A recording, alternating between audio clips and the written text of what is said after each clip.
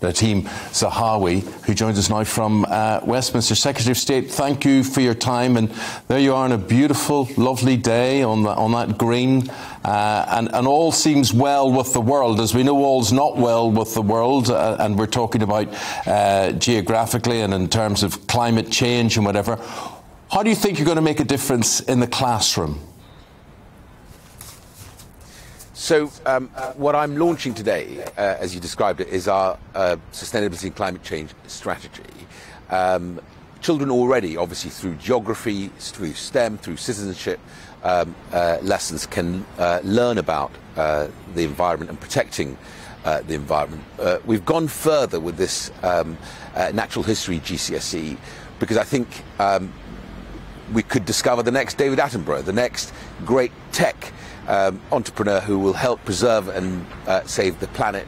That's one part of it. Another part of it is opening up the education estate. So if you look at the education estate in England, it's about 2 cities the size of Birmingham, and we're turning it into a digital national education nature park, so students from all around the country, hopefully other countries as well. I was talking to my Italian counterpart at COP, and they think they might be able to join us on this, where they can see what they're doing in their fields, in their open spaces in schools.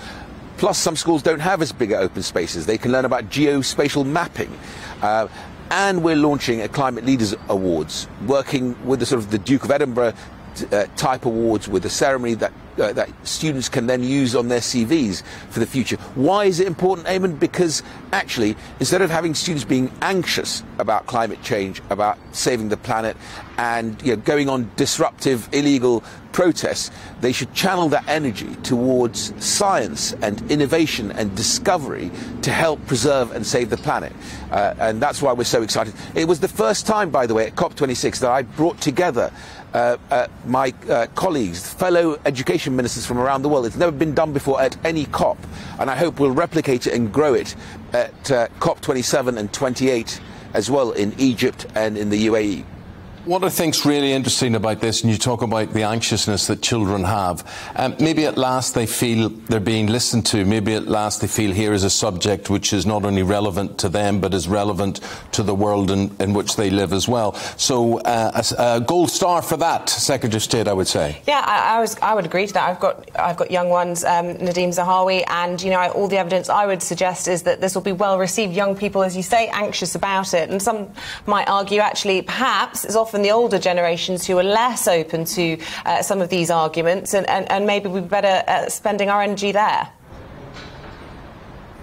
I completely agree with you in the sense that hopefully we start with the GCSE and go on to doing an environmental science A-level, and as I say, we discover the next David Attenborough on a day when he's been recognised by the UN for his achievements. And of course, I can't end this interview without, as you say, on this bright, beautiful day here in Westminster, without wishing Her Majesty the Queen a very happy birthday as well. Yeah, absolutely right. And there's so much you've got on your plate at the minute. It's such a busy week for you, not only as a Member of Parliament, but also as a Secretary of State as well. The Education Select Committee yesterday, I thought very important what you had to say. It seemed to be very clear. And you talk about teachers now having a duty to inform parents if their child identifies as transgender. And what about the support for teachers in making those decisions, often which are moral decisions as well? Are you there for the teachers?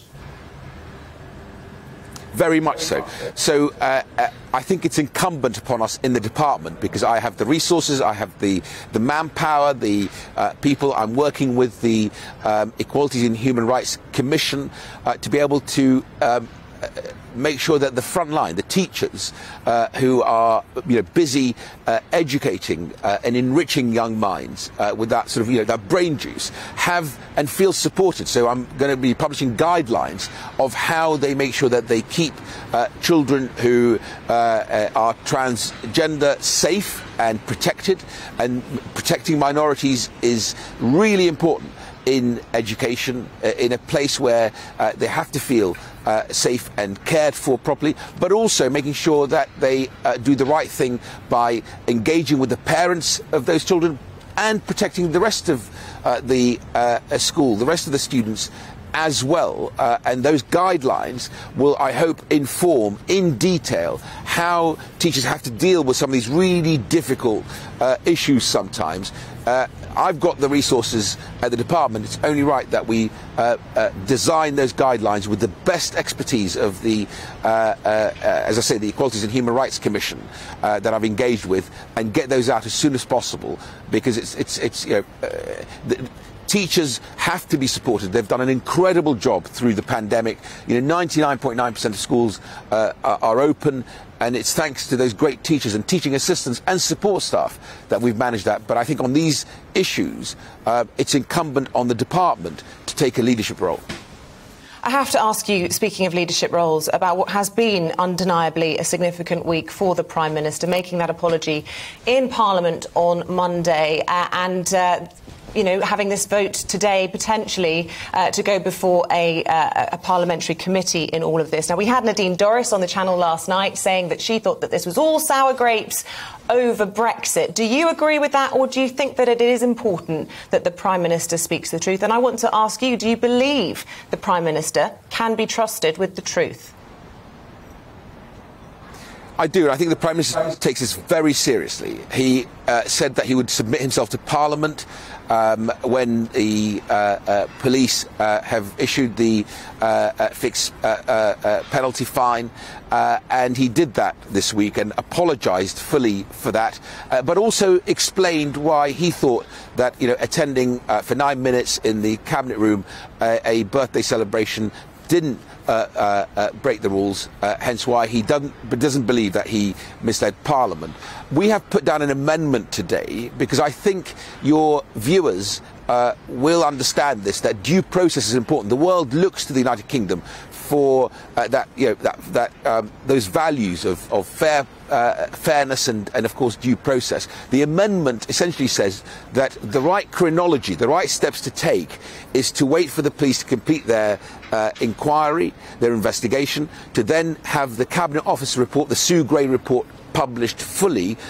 Then that's the right chronology for then Parliament to decide whether it refers this to the Standards and Privileges Committee.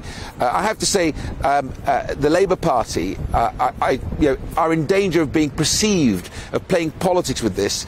Keir Starmer was so enthusiastic in attacking the Prime Minister on this, and, you know, playing politics instead of focusing on the, you know, global battle against inflation, Putin in the Ukraine, of course dealing with the backlog of the NHS, that he probably misadvertently misled Parliament by accusing the Prime Minister of attacking BBC journalists for their reporting in the Ukraine.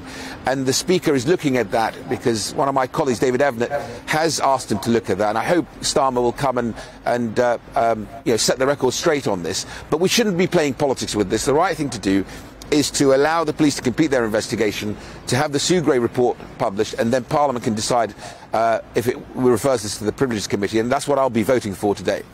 Secretary of State, thank you very much indeed. It will take you inside out of that beautiful sunshine. Enjoy it whilst you can. Welcome to the GB News YouTube channel. You can watch us live 24 hours a day, catch up on your favourite shows, and join in the conversation in the comments below. Don't forget to subscribe and you'll never miss any of our exclusive content.